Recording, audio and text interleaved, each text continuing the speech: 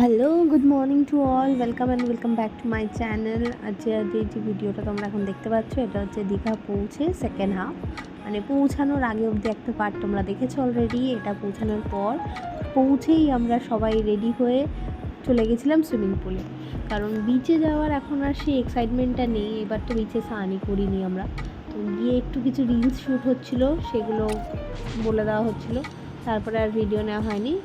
একদম head back to evening, যখন আমি রেডি হচ্ছি, চুলটা ড্রাই করবো না চিন্তা করতে করতে অলমোস্ট রেডি হওয়ার পরেই ভিডিওটা করেছি, কারণ তারপরে আর নেওয়া হয়নি। ফুল রেডি আমি। কিছু এবার এক্সেসরিজ বয়ে নিয়ে গেছিলাম, যেটা আমি জীবনে করা হয় না। এবার আমার শখ ছিল যে না, আমি প্রপার প্রত্যেকটা লুক ক্রিয়েট করব। তো ক্রিয়েট করার আর কোনো ভিডিও নিইনি আমি, বাট এই যে তারপরের ফটোগুলো ভিডিওগুলো নিয়েছিলাম। এখানে আমার বেশ সুন্দর করে পোজ দিচ্ছিলো মিরাজের সাথে। এবার বেরিয়ে পড়েছি। এটা ছিল আমাদের হোটেলটা, দ্য পিকুস প্যারাডাইস। আর আমি বাইরে দাঁড়িয়ে আছি। বিভৎস হাওয়া দিচ্ছিল। আমরা যেদিন পৌঁছেছি সেদিন থেকে বৃষ্টি, ঘুরেওছি কিন্তু বৃষ্টিটাও ছিল। অসাধারণ হাওয়া দিচ্ছিল, মানে কী যে ভালো লাগছিল।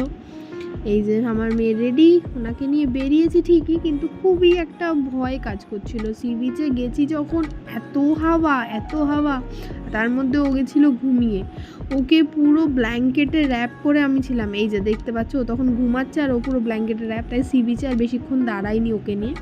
ওকে নিয়ে গাড়িতে বসিয়ে আমি আর আমার হাজব্যান্ড দুজন মিলে একটু বেরিয়েছিলাম মায়ের জন্য কিছু খাবার নেবো, কারণ মা ঘুরতে গেছিলো নামেই, মায়ের জন্য আর সেরকম ঘোরা কিছুই হয়নি।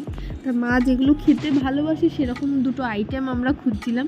আর এবার সি বিচটা আমার সি বিচের সাইডটা আমার এত নতুন লাগছিলো, কারণ দোকানগুলোর ফেসটা পুরো উল্টো দিক করে দিয়েছে। এতদিন ছিল সি সাইডে ফেস করে দোকানগুলো, এখন মেলার মতন করে দোকানগুলো করে দিয়েছে।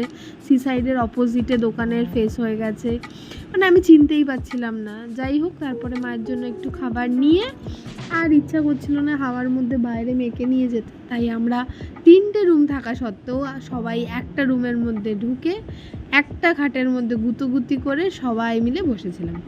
এখানে আমাদের টাইম পাস করার জন্য আর টিভিও দরকার হয় না, ফোনও দরকার হয় না। আমরা যে যার মতন সবাই ওকে নিয়েই খেলছি, ওকেই দেখে যাচ্ছি। আমাদের বেস্ট এন্টারটেনার, মানে entertainer of the tour award যদি কেউ পায় সেটা আমার মেয়ে। সবাইকে এন্টারটেইন করেছে, ও কাউকে ছাড়েনি। আরেকজন এন্টারটেইন করেছে, সেটা হচ্ছে এই ব্যক্তিটা অনি, যে কিছুই খুঁজে পাচ্ছে না। ওকে চোখের সামনে রাখা জিনিস বললেও ও দেখতে পাচ্ছে না, ওকে খাওয়ার পর বলছে ও কোনো টেস্ট পাচ্ছে না, ও নাকে কিছু শুকতে পারছে না। ও যে কী করছিল পুরো ট্যুরে ওই জানে। আর অনি আর মাটু পুরো ট্যুরে পুটুকে দায়িত্ব নিয়ে রেখে দিয়েছিল, মানে ধ্রুবিকে আমার চিন্তা করতে হয়নি কী করব না করব। ওটা দুজন একদম দায়িত্ববান হয়ে দিদির মতন পালন করছিল। যাই হোক, আজকের এই ভিডিওটা এখানেই শেষ করছি। পরের পার্ট নিয়ে খুব তাড়াতাড়ি আসবো। ভালো থেকো।